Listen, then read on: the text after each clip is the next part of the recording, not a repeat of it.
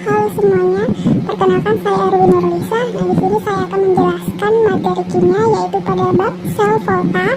Nah, pada kesempatan kali ini kita akan membahas mengenai konsep dasar dari sel volta. Nah, langsung saja kita masuk ke pembahasannya.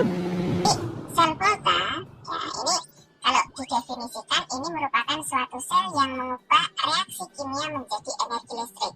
Jadi dari reaksi kimia menjadi energi listrik, dan ini terjadinya pada reaksi-reaksi yang spontan saja. Nah, reaksi spontan dan tidak bagaimana nanti kita akan bahas lebih lanjut di materi-materi berikutnya.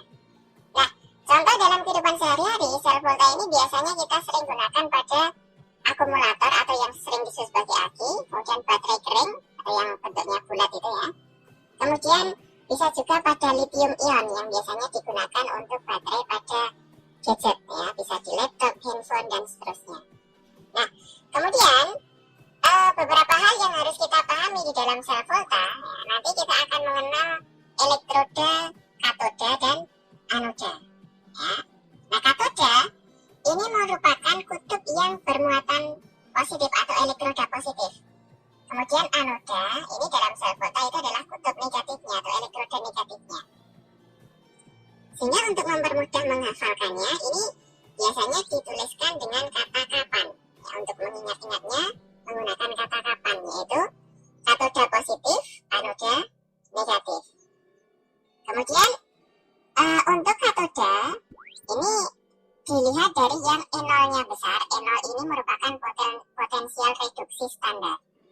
Ya. Kemudian untuk yang anoda itu yang E0-nya kecil atau potensial reduksinya kecil. Atau untuk mengingatnya lagi adalah kalau positif berarti yang E0-nya besar, kalau negatif berarti yang E0-nya kecil, seperti itu.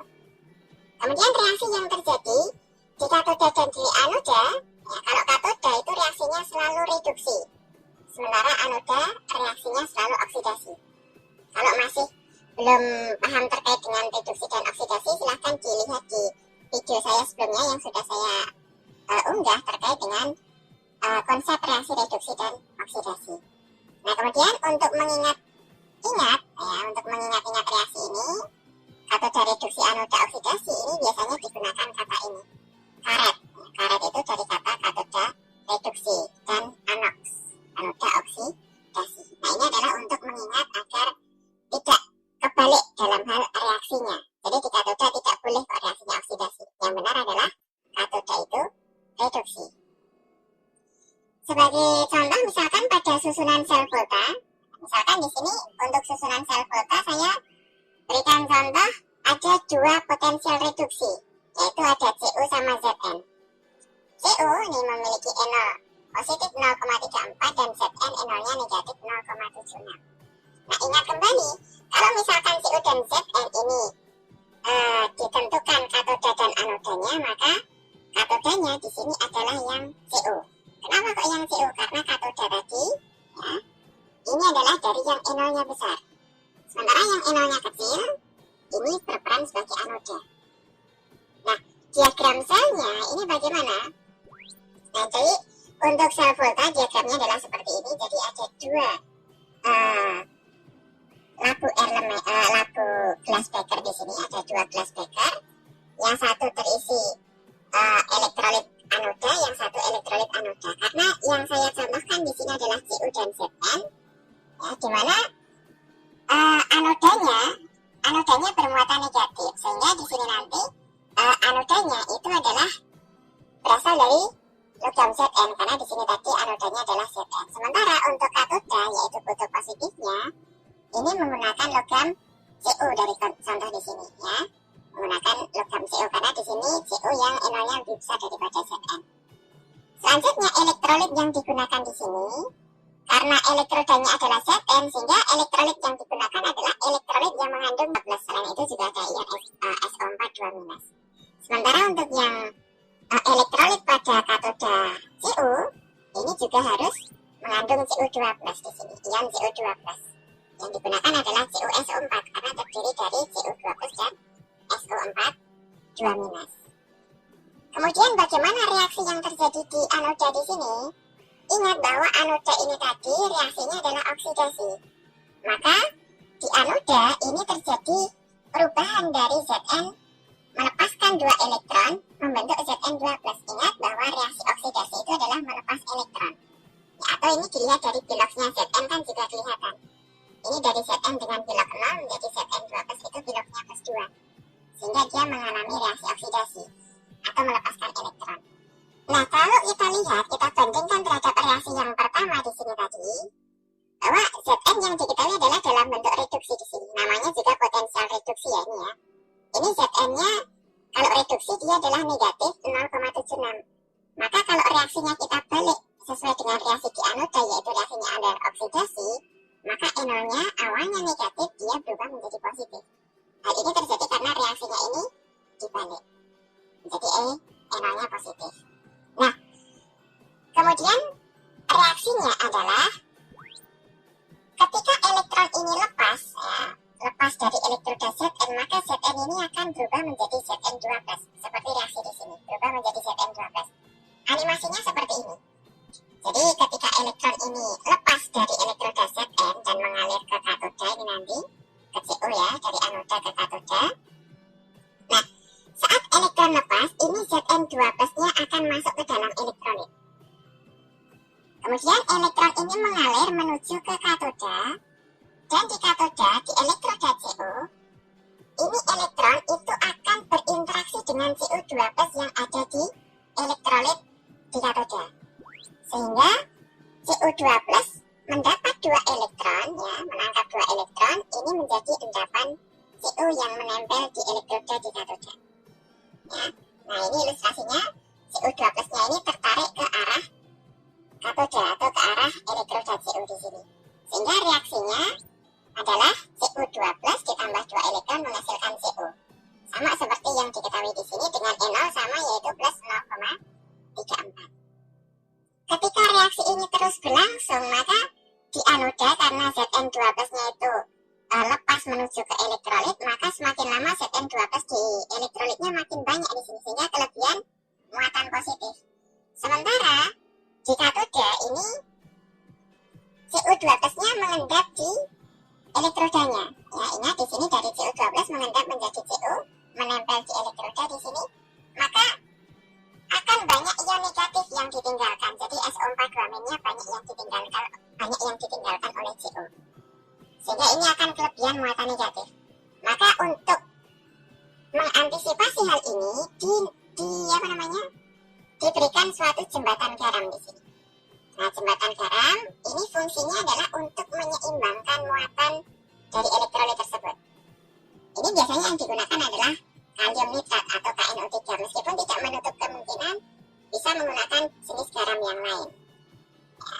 Nah, kemudian KNO3 ini terdiri dari K+ dan NO3-.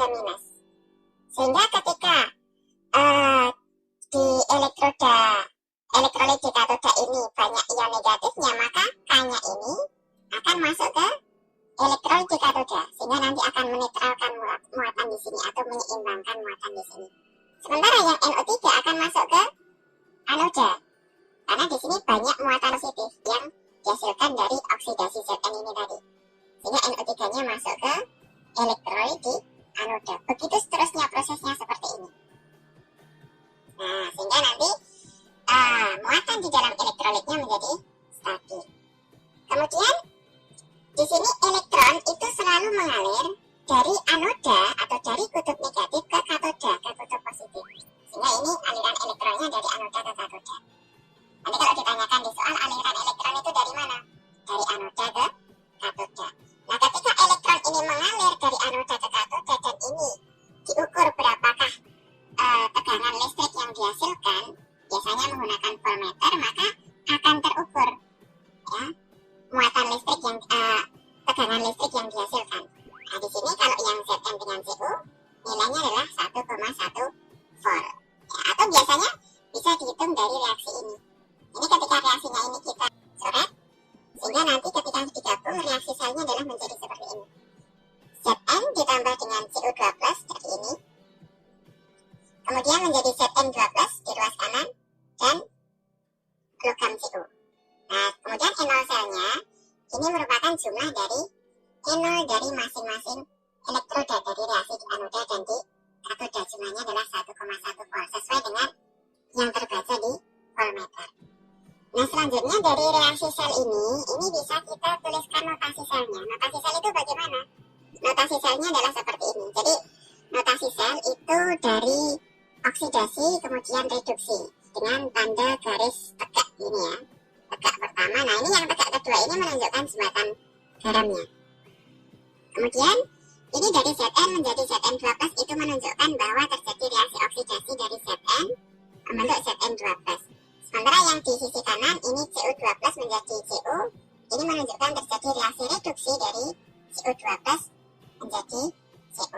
Selanjutnya kalau kita lihat reaksi di reaksi selnya di sini, karena di sini di anoda ini terjadi pelarutan elektroda Zn menjadi Zn2+, maka nanti lama kelamaan itu nanti elektroda Zn-nya ini akan semakin terkikis, semakin sedikit nanti.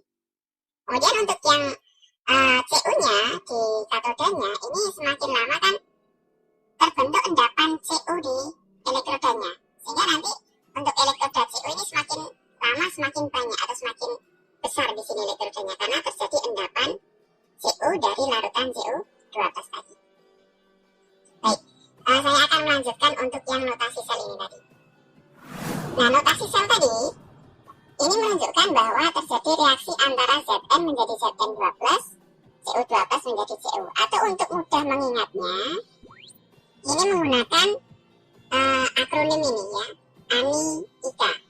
ANI-IKA itu maksudnya adalah anoda ion katoda. Jadi yang di sebelah kiri itu selalu anodanya dulu. Kemudian yang di sebelah kanan ini yang dibatasi oleh garis 2 yang menunjukkan jembatan garam ini adalah katodanya. Jadi yang kiri anoda, yang kanan katoda. Itu digunakan ANI-IKA. Kemudian kalau misalkan ditanyakan potensial selnya atau enol selnya, maka selain menggunakan reaksi yang ini tadi untuk menghasilkan enol sel, maka kita juga dapat menggunakan cara yang lain. Jadi enol sel itu bisa dihitung menggunakan enol katoda dan dikurangi dengan enol anoda.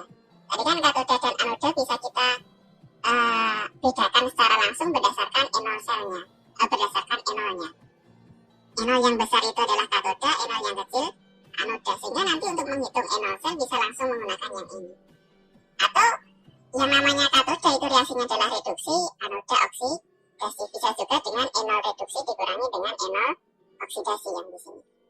Nah, sehingga kalau misalkan dari 0,34 dan negatif 0,76 ini kita hitung potensial selnya secara langsung, maka caranya tinggal kita masukkan aja. Berarti enol katoda dikurangi enol anoda. Katodanya tadi adalah 0,34 dikurangi anodanya tadi negatif 0,76. Negatif dengan negatif ini menjadi positif, sehingga enol selnya menjadi 1,1 volt. Nah, ini adalah cara lain untuk menghitung enol sel tanpa melalui persamaan reaksinya.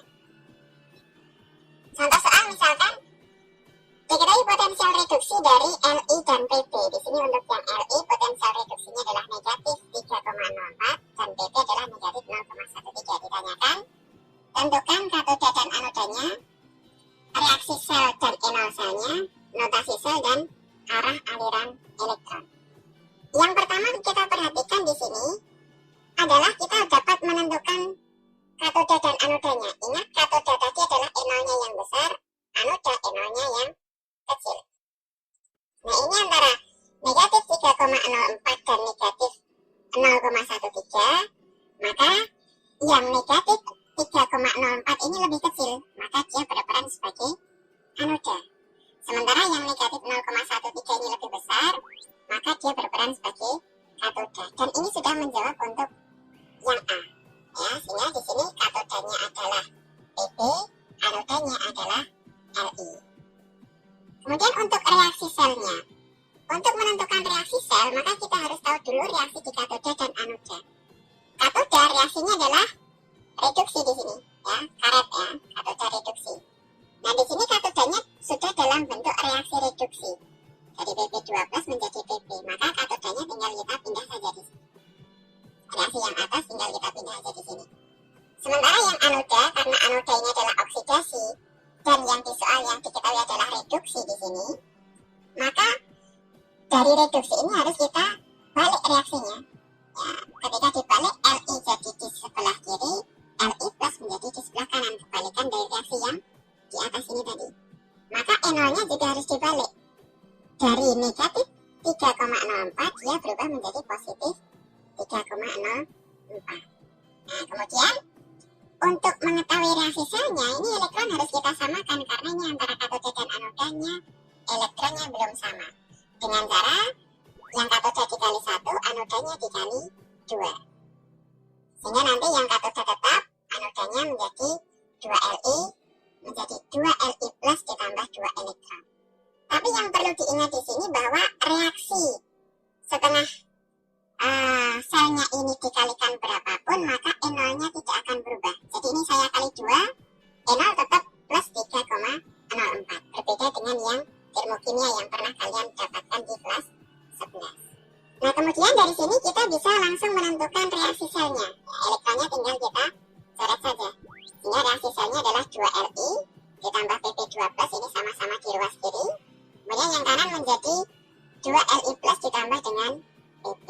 Dengan nilai E0 selnya tinggal kita jumlahkan aja di sini dari negatif 0,13 ditambah 3,04, nilainya adalah positif 2,91 volt. Atau dengan cara yang lain kita bisa menggunakan E0 sel, itu bisa kita hitung secara langsung dari E0 katoda dikurangi dengan E0 anoda. Katodanya tadi adalah negatif 0,13 dikurangi anodanya adalah negatif 3,04 di sini. Negatif dengan negatif jadinya adalah positif, sehingga hasilnya adalah plus 2,91 volt, sama dengan cara yang di sini tadi, yang dengan menuliskan reaksinya. Nah, kemudian untuk soal yang C ini ditanyakan notasi sel. Ingat notasi sel tadi akronimnya adalah ANI-IKA. ANI itu dari kata anoda. Anodanya siapa di sini? Li. Berarti yang di sebelah kiri nanti ada Li, di sebelah kanan ada Pp, dan ianya nanti letaknya di tengah. Sehingga nanti notasi selnya ini Li menjadi